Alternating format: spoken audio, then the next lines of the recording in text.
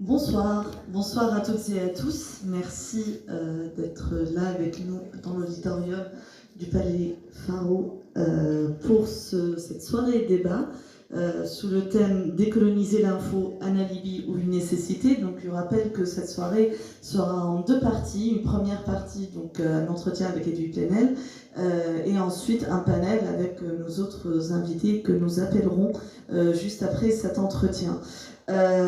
Il est évident que l'actualité à Gaza, en Palestine, depuis 1 an et demi, mais aussi en Afrique, a certainement imposé ce thème pour les assises, et peut-être plus même que l'actualité, la couverture de cette actualité, notamment par les médias européens, états-uniens, et le fossé que cela semble avoir créé avec ce qu'on appelle le reste du monde. Edoui Plenel, bonsoir. Bonsoir et merci de l'accueil et de l'invitation.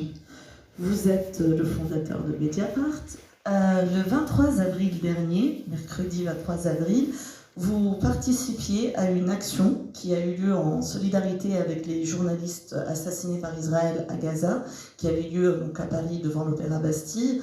Il s'agissait donc d'une action organisée par plusieurs sociétés de journalistes, syndicats, etc., en solidarité avec leurs collègues. C'est une action qui a été finalement assez critiquée. Beaucoup ont dit trop peu, trop tard. Ça vient après 1 an et demi, avec un texte, une tribune qui a précédé cette action, qui était quand même assez consensuel. Il n'y avait pas de mot génocide, on sent qu'il y avait vraiment une volonté d'éviter certains mots, certains termes qui pouvaient être clivants. Est-ce que... voilà, pendant cette action, dans les prises de parole qu'il y a eu, on a entendu le mot autocritique. Il y a eu un appel ou l'espoir qu'à un moment, les journalistes français feraient leur autocritique. Alors, on sait qu'à d'autres périodes, par exemple après la guerre du Golfe, donc après l'invasion du Koweït par l'Irak en 90, il y a eu une autocritique des médias français qui avait à l'époque beaucoup suivi CNN dans sa couverture. Aujourd'hui, est-ce que cette critique ou cette autocritique ne tarde pas à venir, alors qu'on a l'impression que des journalistes occidentaux ont encore moins d'excuses qu'en 1990 parce qu'on est en 2025, qu'il y a les réseaux sociaux et que le 8 octobre, on savait ce qui se passait à Gaza? Je ne vous surprendrai pas si je vous dis que je ne suis pas les médias et que je ne vis pas vraiment comme un journaliste dit occidental. En l'occurrence, le rassemblement auquel vous faites allusion est venu de journalistes qui essayent de réveiller des médias dominants de l'intérieur, et notamment de Benjamin Barth, qui est un confrère formidable, estimable, et qui, dans les colonnes du Monde, est sans doute le meilleur connaisseur de la question palestinienne, mais qui se bat à l'intérieur de ce journal et qui est victime de violentes attaques, justement pour le sérieux de sa couverture. Pour nous, Mediapart, être présent à ce rassemblement, c'est être solidaire. Mais dans nos colonnes, nous le sommes depuis le début.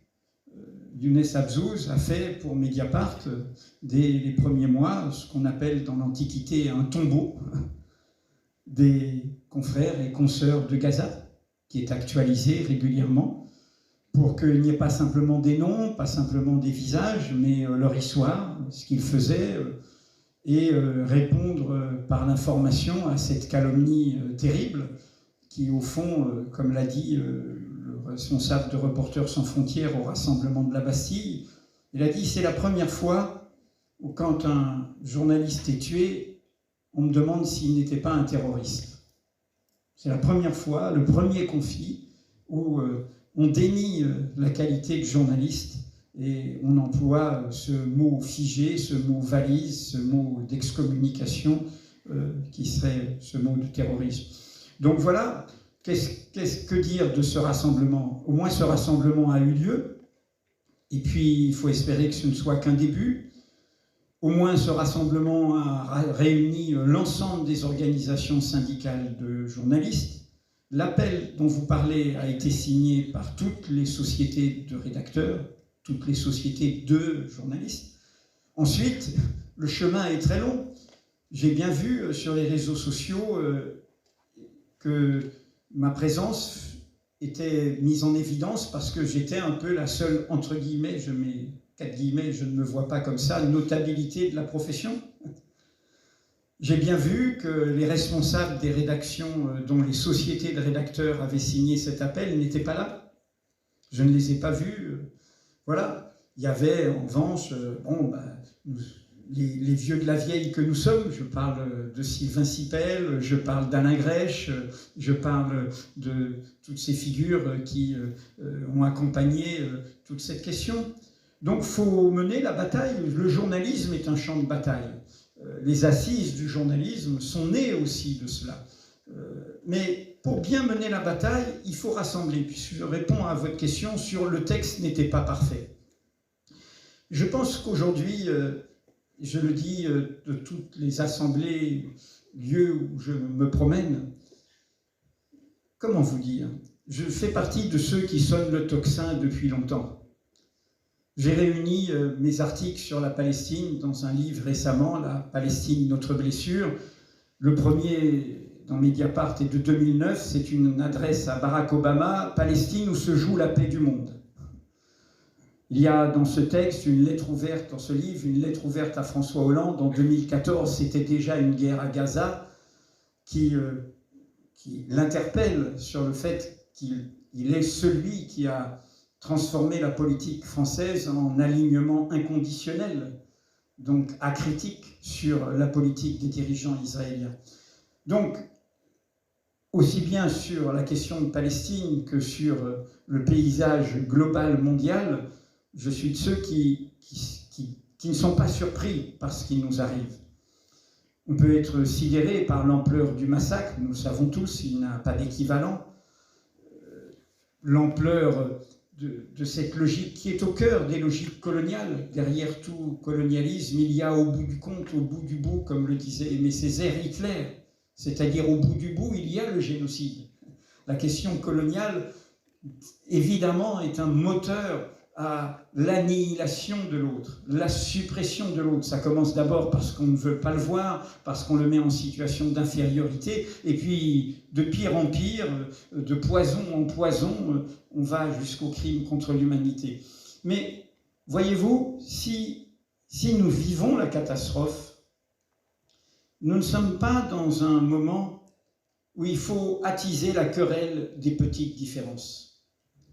Je pense que nous sommes... Utiliser le mot génocide n'est pas une petite différence. Non, je l'utilise moi-même. Je dis juste que si vous voulez faire bouger les choses, vous rassemblez. Vous rassemblez. Et vous essayez d'amener les gens à au moins se mobiliser. Voilà, c'est tout ce que je veux dire. C'est pas, vous avez raison, ce n'est pas, ce n'est pas à ça que je voulais faire allusion. Ce n'est pas à la mention de génocide. C'était au fait de dire... Est-ce que, je vais vous le dire autrement, est-ce que le fait qu'il n'y ait pas le mot génocide dans ce texte que nous avons signé, mais dont nous ne sommes pas les rédacteurs, nous, Mediapart, faisait que ce texte ne devrait pas exister, ou est-ce qu'il valait mieux qu'il existe? Voilà, nous sommes dans ces pas à pas. La Cour internationale de justice a fait un grand pas, la Cour pénale internationale ne l'a pas fait encore. Elle va, espérons-le, le faire. Je parle vraiment... C'est l'inverse, en fait. C'est la CPI qui a fait un grand pas avec des mandats d'arrêt, et la CIJ... Non, mais je parle sur la qualification de génocide. Ah, d'accord, oui. Sur la qualification de génocide, sur la qualification juridique. Hein, oui. Et donc, voilà, et on sait, il y a un article du Guardian tout récemment qui dit que le procureur voudrait passer une étape supérieure. Donc, voilà, peut-être ma formulation vous a semblé maladroite, mais je veux dire, dans un moment comme ça, parce qu'il y avait à ce rassemblement, et la question de Palestine a en France toujours trimballé cela, des personnes qui étaient là en disant « tout ça vient trop tard », qui étaient là en fait en protestation contre le rassemblement. Bon, moi je crois aux causes communes. Je crois que si l'essentiel est en jeu, on doit se rassembler sur l'essentiel. On doit faire le front le plus uni possible. En clair, voilà, l'heure n'est pas au sectarisme. Entre nous, en tant que journalistes, vous savez bien qu'un des drames de la question de Palestine, c'est comment le sectarisme a aussi miné le camp palestinien, et notre devoir de journaliste est aussi de le dire.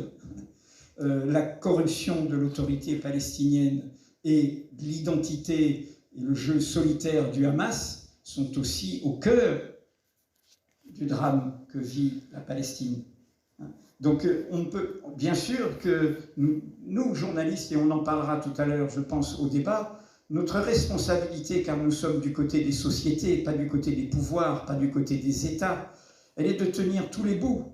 Bien sûr, la dénonciation de la politique israélienne, bien sûr, la dénonciation des dirigeants israéliens, bien sûr, la documentation du génocide, des crimes contre l'humanité, mais en même temps, nous devons aussi traiter comment le camp de l'émancipation, le camp de la résistance, le camp de la libération a aussi des questions à poser. Alors, vous avez évoqué justement la question coloniale, qui est effectivement au cœur de tout cela.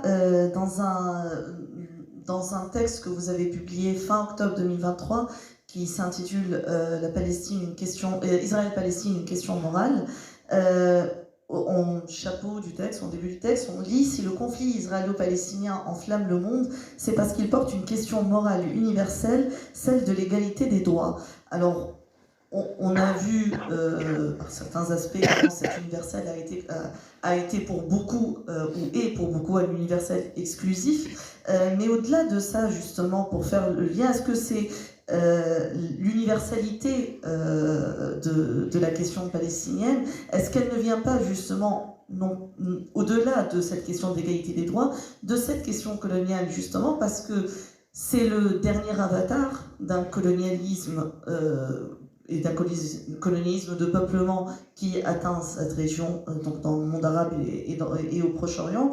Et est-ce que justement il n'y a pas, on a l'impression souvent, notamment chez un certain nombre de journalistes, qu'il y a une incapacité à voir justement cette dimension coloniale dans la manière même dont l'État d'Israël a vu le jour, et que ça sépare quand même donc deux visions du monde. On a envie de dire, on a l'impression quand même qu'une bonne partie, même chez les confrères et les consoeurs les plus progressistes, la question coloniale commence à partir de 67, elle commence avec l'occupation de ce qui est généralement admis comme des territoires occupés, mais on ne la voit pas, la question coloniale, dans l'ADN même de l'État d'Israël. Comme je vous ai dit, je ne suis pas le journalisme. Et pour moi, la question coloniale n'est pas une question annexe, et même n'est pas seulement la question de ce qui se joue là-bas. La question coloniale est au cœur de notre présent. Pourquoi la Palestine, et je dis bien la question de Palestine, au-delà de la diversité de son peuple, au-delà de toutes les explications sur le mouvement national palestinien, le mouvement national juif, les conditions de la création de l'État d'Israël en 1948, la Nakba, l'assassinat du représentant des Nations Unies, il ne faut pas l'oublier, le comte Bernadotte par des terroristes israéliens, les divisions, l'ensemble des divisions, les questions de corruption, etc. Tout ça, au-delà de tout ça, ce que je veux vous dire, c'est que la question coloniale est aujourd'hui, pour moi, une question centrale universelle. La question coloniale est au cœur des logiques de puissance. Qu'est-ce qui s'est passé en 1948 ? Je ne parle pas de la création de l'État d'Israël, je parle de la proclamation de la Déclaration universelle des droits de l'homme. Nous sommes bien d'accord, c'est une proclamation qui est comme un horizon. Les mêmes pays qui la proclamaient étaient ceux qui allaient les nier, notamment dans leurs colonies, et la France est la première. De ce point de vue, Madagascar, le Vietnam, l'Algérie, le Cameroun et tant d'autres situations coloniales. Mais on en revient à ce que je vous disais quand l'essentiel est en jeu. La catastrophe européenne, les 2 guerres mondiales, les crimes de génocide, la destruction des Juifs d'Europe, a fait prendre conscience que nos logiques de puissance, celle de comment l'Europe s'est projetée sur le monde, comment elle a créé cette réalité politique qui s'appelle l'Occident, qui n'est pas une réalité géographique. Ces logiques de puissance amènent à la catastrophe, amènent à la destruction de l'humanité par l'humanité elle-même.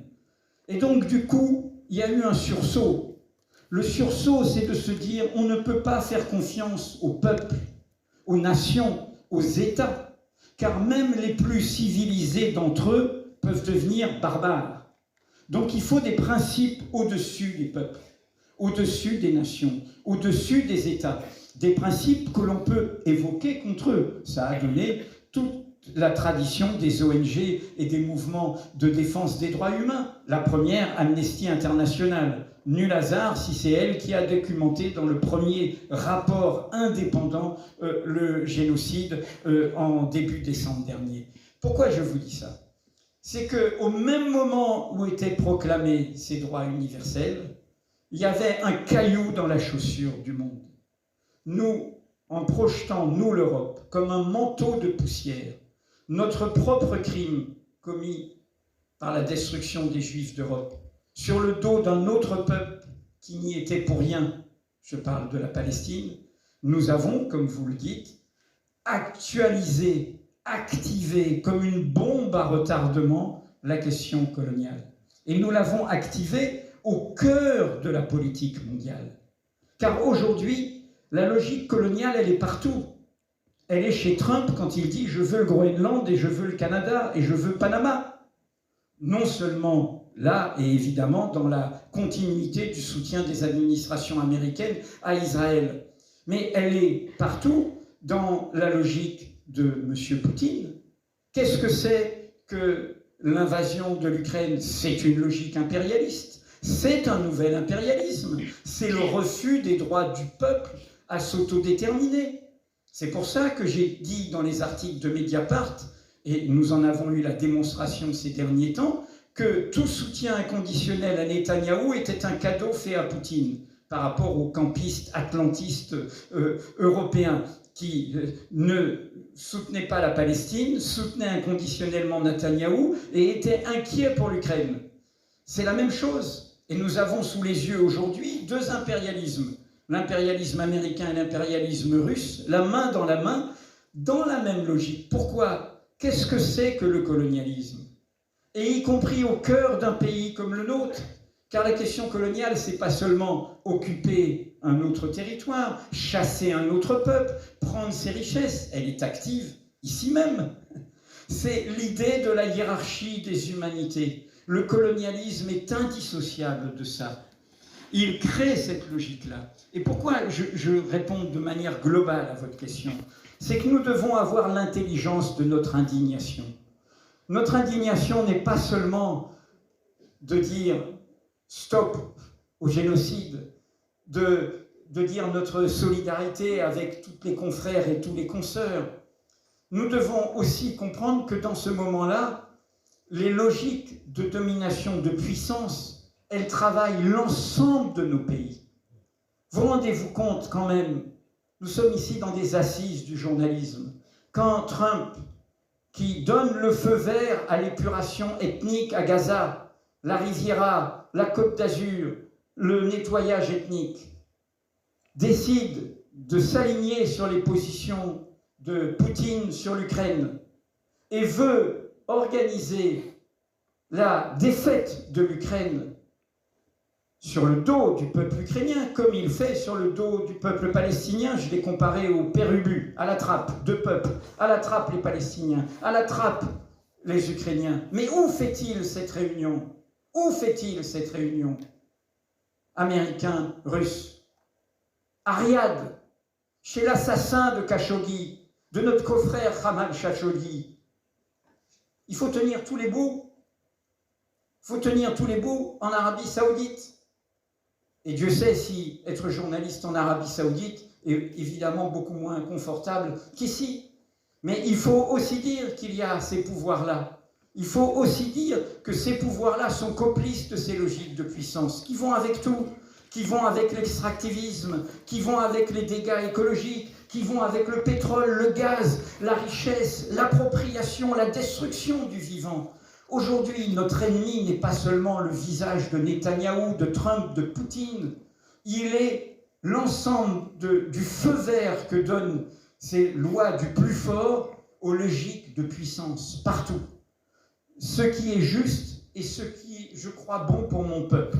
Pas de loi, pas de droit humain, pas de principe. Ce que je décide bon pour mon peuple est juste et je le fais. C'est la logique de Netanyahou, c'est la logique de Poutine, c'est la logique de Trump. Mais nous en parlerons tout à l'heure. C'est aussi la logique, puisqu'on est sur la question décoloniale. De manière très logique, des régimes complices du néocolonialisme français ont été renversés en Afrique subsaharienne. Et ils ont été renversés par des militaires qui menaient le combat contre les forces djihadistes, mais ces militaires se retournent contre leur société. Ils sont populaires puisqu'ils attisent le sentiment du ressentiment contre cette Europe, contre cette France, contre cet Occident. Mais aujourd'hui, ces militaires sont les ennemis de leur société, sont les ennemis du journalisme. J'ai fait, et j'aurais pu le faire sur d'autres pays, un message de solidarité à nos confrères du Burkina Faso qui ont disparu depuis des mois, qui sont enrôlés de force pour aller combattre les djihadistes, ou pour certains, on ne sait même pas s'ils sont en vie encore. Serge Houlon, responsable de l'événement, un journal honnête, un journal qui révèle la corruption. Donc, pourquoi je vous réponds comme ça? Je suis, comme j'allais dire, je suis Mediapart, je n'ai pas d'autre identité que Mediapart. Mediapart est au rendez-vous des combats que vous défendez. On est solidaire avec Orient 21, avec Afrique 21 et toutes sortes de médias qui sont ici. Mais je veux alerter sur le fait que nous, journalistes aujourd'hui, on doit être à l'avant-garde d'une défense des principes qui ne doit pas souffrir de 2 poids, 2 mesures. Nous ne sommes pas pour le double standard des États, ils nous l'ont montré, eh bien nous-mêmes. Merci Luc Lenel. Le temps passe vite. On arrive à la fin de cette première partie de soirée, de cet entretien. Je vous invite à rejoindre le premier rang. On va avoir nos panélistes de la table ronde qui vont nous rejoindre pour la deuxième partie, pour la discussion qui va suivre. Mais on vous retrouve tout à l'heure. S'il y aura des questions du public, et un petit échange avec la salle. Et donc, vous serez avec nous à nouveau tout à l'heure pour pouvoir répondre aux questions du public. Merci. Et